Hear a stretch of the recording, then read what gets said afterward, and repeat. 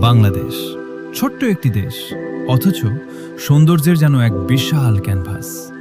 সবুজে ঘেরা মাঠ, নদীর বুকে নৌকার ঢেউ, কাশফুলের দোলা আর ভোরের শিশির, সবকিছু মিলিয়ে বাংলাদেশ যেন প্রকৃতির নিজের হাতে আঁকা এক ছবি।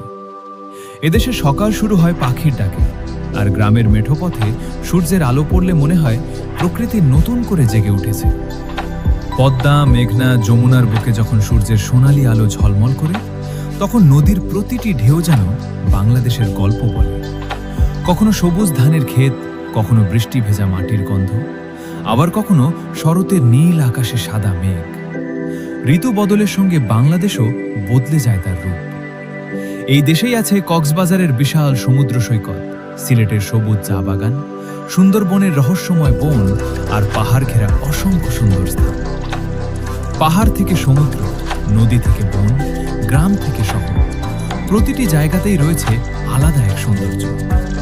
বাংলাদেশ শুধু একটি মানচিত্রের নাম নয়, বাংলাদেশ মানে মাটির গন্ধ, বাংলাদেশ মানে নদীর ঢেউ, বাংলাদেশ মানে সবুজের সমারোহ, বাংলাদেশ মানে মানুষের হাসি, ভালোবাসা আর অতিথিপরায়ণতা।